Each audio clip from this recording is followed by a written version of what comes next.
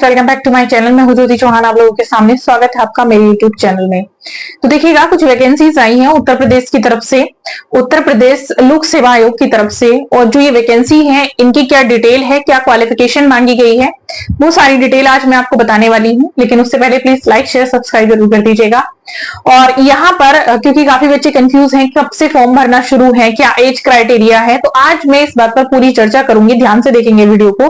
तो सबसे पहले देखिएगा, इसमें ये दिया हुआ है, वैकेंसी आई थी, यानी यहाँ पर डेट मेंशन है प्रारंभ होने की, यानी आवेदन प्रारंभ होने की जो तिथि है वो है 4/9/2025, यानी 4 सितंबर से ये जो है शुरू हो चुके हैं आपके फॉर्म फिलिंग। ठीक है।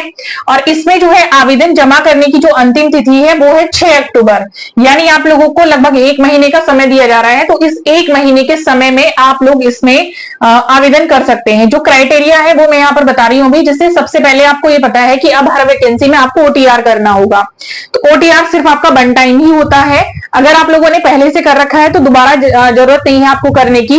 लेकिन अगर आपने नहीं किया है, आप नए हैं, तो आपको इसमें सबसे पहले ओटीआर करना होगा, उसके बाद आप फॉर्म फिल कर पाएंगे। यहाँ पर लिखा हुआ है सारी डिटेल। ये जो पीडीएफ है ये मैं आप लोगों के टेलीग्राम पर शेयर कर दूंगी, आप लोग ले लीजिएगा।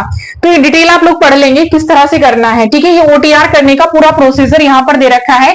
ये वाला जो कॉलम आप लोग देख रहे हैं ये ओटीआर करने का ही है। ठीक है।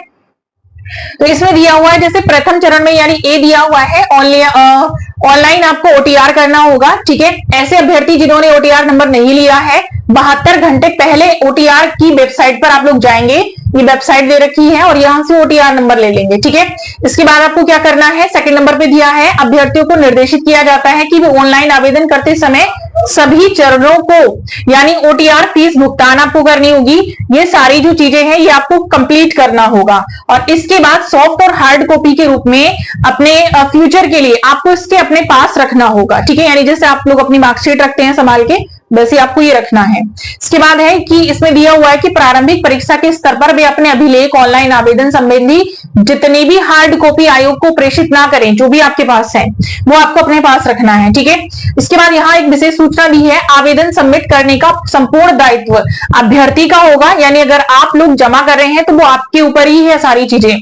आप बैंक में शुल्क जमा करने की अंतिम तिथि के बाद ही आवेदन पत्र स्वीकार किए जाएंगे। यानी पहले आपको रजिस्ट्रेशन जो करना होगा उसमें आप अपना पहले शुल्क जमा करेंगे, उसके बाद ही आपका जो आवेदन है वो स्वीकार्य होगा। ठीक है। इसके बाद नीचे दिया हुआ है कि आयोग की वेबसाइट का अनवरत अवलोकन करते रहेंगे। ओटीआर के साथ रजिस्टर मोबाइल नंबर यानी ईमेल आईडी, क्योंकि देखिएगा ईमेल आईडी और आपका जो नंबर है वो आप अपना ही दीजिएगा, कोशिश करिएगा, और वो भविष्य तक आप लोग उसको चलाकर रखिए, चेंज नहीं करेंगे। जैसे बहुत सारे लोग क्या करते हैं कि अपना कॉन्टेक्ट नंबर चेंज करते रहते हैं, तो वो मत करिएगा। क्योंकि आपको ये पता है कि यूपी में जो एग्जाम होता है वो समय पर बिल्कुल नहीं होता, और जब वो समय पर नहीं होगा इन फ्यूचर 2, 3, 4 साल बाद, क्योंकि अभी आप देख रहे हैं अभी 2021 वाला जो एग्जाम है वो भी नहीं हुआ है, 2022 वाला। तो ये जब आपका एग्जाम होता है आपको भी नहीं पता होता कि हमारे जो डॉक्यूमेंट्स थे जिस समय आपने अप्लाई किया था वो कहाँ चले गए। डॉक्यूमेंट्स क्योंकि हार्ड कॉपी जो इधर उधर हो सकती है, लेकिन जब साइट की तरफ से आपके पास कोई नोटिफिकेशन आता है, कोई आपके पास ओटीपी आता है, तो उसके थ्रू आप इजीली क्या करेंगे, अपना एडमिट कार्ड डाउनलोड कर सकते हैं। तो ईमेल आईडी और आपका जो कॉन्टेक्ट नंबर है वो अपना वही रखिएगा और वही डालिएगा जो आप लॉन्ग टाइम तक चलाने वाले हैं। तो ये जरूरी है। ठीक है। ऑनलाइन आवेदन करने के लिए क्या क्या चीजें जरूरी है वो यहाँ पर लिखी है। जैसे यहाँ लिखा हुआ है, एप्लीकेशन सिस्टम जो है ओटीआर बेस्ड है। ठीक है। और ऑनलाइन आवेदन करने के संबंध में अभ्यर्थियों को सूचित किया जाता है कि नीचे वेबसाइट दी है यूपीएससी की, इस पर जाकर आपको नोटिफिकेशन जो एडवर्टाइजमेंट है उसको पढ़ना है, और इसमें सारे इंस्ट्रक्शंस दिए हैं किस प्रकार से आपको करना है। ठीक है। तो अब मैं सीधा क्वालिफिकेशन आपको बता देती हूँ, ये तो आप पढ़ लीजिएगा, पढ़ के आपको करना है। यहाँ पर दिया हुआ है कि ऑनलाइन जो आवेदन प्रक्रिया है उसमें प्रथम और द्वितीय चरण की कार्यवाही पूरी करने के बाद ही तीसरे चरण में आपको एंट्री लेनी है और तीसरे चरण की कार्यवाही पूरी करनी है। ठीक है। सारी चीजें दी हैं, किसके लिए क्या शुल्क है। जनरल वालों के लिए 100 रुपए का शुल्क दिया हुआ है। ठीक है। बाकी सब तो फिर आपको बताइए वो कम होता चला जाता है। अब यहां पर है ये सब मैं आ जाती हूँ सीधा आपकी जो वैकेंसी है। ठीक है। तो वैकेंसी आपकी दी हुई है नीचे, ये दी हुई है, यानी शैक्षिक अर्हता के संबंध में विषय समकक्ष विषय, तो हिंदी दिया है। अब आपको क्या चाहिए, ड्राइंग एंड पेंटिंग। अब यहां पर ये विषय दिए, संबंधित विषय। कला दिया है, जैसे विषय दिया हुआ है, जैसे हिंदी में दिया ना कि भाषा, लैंग्वेज से वैकेंसी निकली है, ठीक है। तो हर किसी सब्जेक्ट में एक और को सब्जेक्ट होता है, जैसे हिंदी में भाषा की ही सिर्फ वैकेंसी निकली है, ठीक है, व्याकरण वगैरह की नहीं निकली, भाषा की निकली है। तो उर्दू में इसमें भी कोई नहीं है, यानी जो एक ही सब्जेक्ट होता है उसी की निकली है। अंग्रेजी में भाषा विज्ञान अप्लाइड इंग्लिश की निकली है। संस्कृत में भी निष्पात उपाधि है, संपूर्णानंद संस्कृत है। अब आपकी कला की आती है, तो ये सब आपके काम की नहीं है, आपके काम की है ड्राइंग। ड्राइंग में जो दिया है, कला दिया है, चित्रकला दिया है, ड्राइंग एंड पेंटिंग दिया है। अब इसमें भी आप देख रहे हैं कि इसमें कुछ नहीं मांगा गया है ऐसा कि कोई उपाधि आपसे मांगी गई हो, सीधी सीधी ड्राइंग की वैकेंसी है, ड्राइंग एंड पेंटिंग यानी आर्ट, ठीक है। अब आ जाते हैं इसकी क्वालिफिकेशन पर।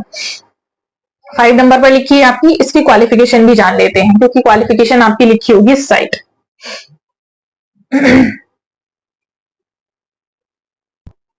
अब ये दिया अधिमानी अर्हताएं। अधिमानी अर्हताएं, ठीक है, क्या है कि अन्य बातों के समान होने पर ऐसे अभ्यर्थी को सीधी भर्ती के मामले में अधिमान दिया जाएगा, ठीक है।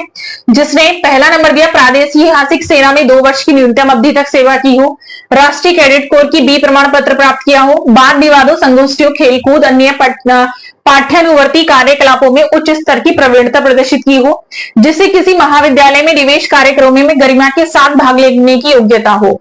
अब इसमें दिया हुआ है नियमावलियां, ठीक है। नियमावलियां दिया है कि उत्तर प्रदेश उच्चतर शिक्षा समूह का सेवा नियमावली 1985, उत्तर प्रदेश उच्चतर शिक्षा सेवा आयोग अध्यापकों की चयन प्रक्रिया नियमावली दी है 2014 के अकॉर्डिंग यहाँ पर जो है आपकी वैकेंसी फिल होंगी, ठीक है। अब ये नियमावली क्या कहती है आपकी, ये कहती है कि विद्यालय में शिक्षकों और अन्य हेतु अर्हताएं कुछ इस प्रकार से हैं, जैसे कि आयु सीमा सबसे पहले यहां पर दे रखी है, इसी के अकॉर्डिंग 1 जुलाई 2025 को 21 वर्ष की आयु पूरी होनी चाहिए, यानी न्यूनतम जो आयु है वो आपकी 21 वर्ष होनी चाहिए। अधिकतम आयु वही दी है, 40 वर्ष होनी चाहिए, ठीक है। तो इसको ये पूरा जो है वो आप पढ़ लेंगे, मैंने आपकी मेल बता दी है। अब परीक्षा जो है मुख्य लिखित परीक्षा है, ठीक है। इसमें जो है प्रारंभिक परीक्षा में सफल होने वाले अभ्यर्थी ही, यानी प्री परीक्षा जिन्होंने की होगी पास, वही आपकी मेंस में बैठ पाएंगे। प्री और मेंस 2 परीक्षा होंगी, बिल्कुल वैसे ही जैसे आपकी एलटी में दी रखी है। अब इसमें क्या है, जिसके लिए आयोग के निर्देशानुसार सफल अभ्यर्थियों को पुनः आवेदन करना होगा, यानी जिन्होंने प्री एग्जाम क्लियर किया है वो दोबारा से अपना जो है आवेदन पत्र फिल करेंगे, यानी एप्लीकेशन फॉर्म फिल करेंगे मेंस के लिए, फिर वही लोग मेंस में बैठेंगे, ठीक है। जिससे ये पता लगाया जा सकता है कि ये मेंस वाले बच्चे हैं। तो दोबारा से एग्जाम, यानी अभी जो आप फिल कर रहे हैं ये सिर्फ आप प्री के लिए अप्लाई कर रहे हैं, ठीक है। अब यहाँ पर दे रखा है कि सामान्य अभ्यर्थियों, आर्थिक रूप से कमजोर वर्ग के अभ्यर्थी, उत्तर प्रदेश के अन्य पिछड़े वर्ग के अभ्यर्थी और उत्तर प्रदेश के बाहर के अभ्यर्थियों के लिए परीक्षा शुल्क 200 रुपए होगा और ऑनलाइन प्रक्रिया शुल्क होगा 2500 रुपए, योग रुपए होगा 225। ये सब आप लोग पढ़ के अपना करेंगे, ठीक है। एक मेन चीज मैं बता देती हूँ जो यहाँ पर दी है, वो दी है मुख्य लिखित परीक्षा के आवेदन पत्रों में किए जाने वाले समस्त दावों की पुष्टि में स्व प्रमाणित अंक पत्र प्रमाण पत्र संलग्न करने अनिवार्य है। ये मेंस के लिए है, ठीक है। यदि अभ्यर्थी समस्त दावों की पुष्टि में स्व प्रमाणित अंक पत्र प्रमाण पत्र संलग्न नहीं करेंगे तो उनका जो अभ्यर्थन होगा वो निरस्त कर दिया जाएगा, ठीक है। ये भी आप देख लेंगे, क्योंकि हाई स्कूल, इंटर, ये सारे प्रमाण पत्र तो आपके लगेंगे ही, ठीक है। 2 परीक्षा आपको पता चल गई है कि आपकी जो होंगी वो प्री और मेंस होंगी। इसकी क्वालिफिकेशन होगी वो मैं बता देती हूँ यहां से, ये है, देखिएगा, ये पर्सनल डिटेल है ओटीआर की, ये एजुकेशनल एक्सपीरियंस है, और अगर नहीं भी होगी तो मैं आपको बता दूंगी मेन इसमें क्या है, होगी जरूर इसमें कहीं ना कहीं, निकाल देती हूँ मैं, नीचे होगी, ठीक है। ये देखिएगा, ये दिया हुआ है असिस्टेंट प्रोफेसर के लिए, यानी जो वैकेंसी है आप लोगों की, इनके लिए प्री परीक्षा, तो ये प्रारंभिक दिया है, यानी ये प्री जो आपकी परीक्षा होगी उसके लिए दिया है, किस तरह से क्या क्राइटेरिया रहेगा। तो प्री में जो प्रश्न पत्र का आकार होगा, यानी वो मल्टीपल चॉइस होगा, ठीक है आपका, और प्रश्न पत्र की संख्या भी एक ही होगी, यानी क्वेश्चन पेपर एक ही होगा। प्रश्नों की जो संख्या है वो 120 होगी, ठीक है। और ये जो 120 होंगे इसमें सामान्य अध्ययन के 30 क्वेश्चन होंगे, यानी जीके के, जीएस के। प्रत्येक वैकल्पिक विषय के लिए 90 प्रश्न होंगे, ठीक है।